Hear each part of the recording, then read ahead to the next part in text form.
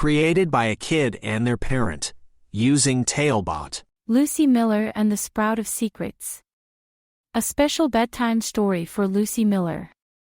In the quaint town of Bloomsville, where the air was always filled with the scent of roses and lilacs, lived a spirited girl named Lucy Miller.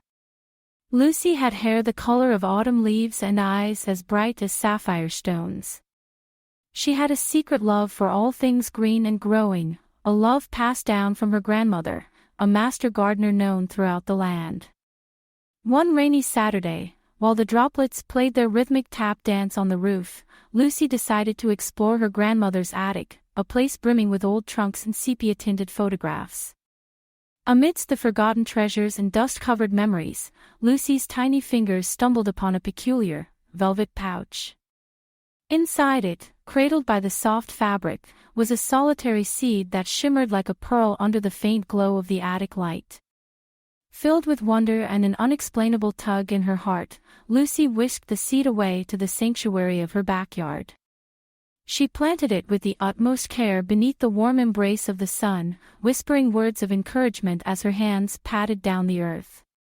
The very next morning, Lucy awoke to a sight that made her rub her eyes in disbelief. Where the seed had been tucked in, now stood a grand, spiraling sprout, with leaves that sparkled and a stem as thick as a tree trunk.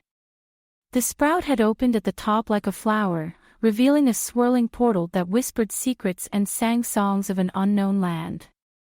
Lucy, with the bravery of her adventurous heart, stepped forward and found herself pulled by an unseen force into the sprout's embrace. She tumbled gently through a tunnel of swirling colors and emerged on the other side into the most enchanting garden she had ever seen. The Enchanted Garden was a realm beyond imagination, where plants had personalities and every flower, shrub, and tree greeted her with a chorus of hellos. The air buzzed with the chattering of leaves and the giggles of hidden fairies. Butterflies with wings like stained glass carried messages from one bloom to another, while friendly creatures tended to the garden's needs. Lucy was greeted by a daisy named Daisy, for she loved her name so much, she saw no point in changing it, whose petals shone with the brilliance of the sun. "Welcome, Lucy Miller," Daisy said, her voice like the tinkling of tiny bells. "The garden has been expecting you." Expecting her? Lucy's heart skipped a beat. How could a garden be waiting for her?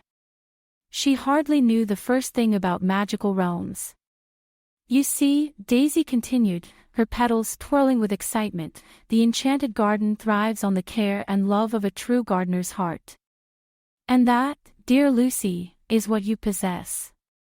As Lucy ventured further into the garden, she met various characters, a wise old oak tree named Oakley, who knew stories of the garden's ancient past, a family of giggling gnomes who were experts in berry farming, and a crystal-clear brook that sang lullabies to weary travelers.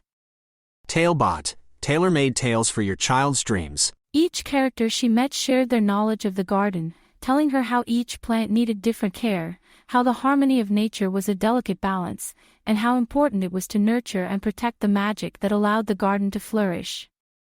Lucy spent hours, or perhaps days, time seemed to work differently in the Enchanted Garden, learning the art of magical horticulture.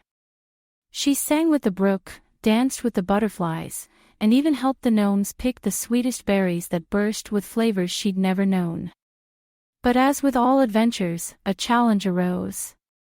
A shadow crept over the garden, a darkness that came from the neglected woods, a part of the garden that had been forgotten and left to wither.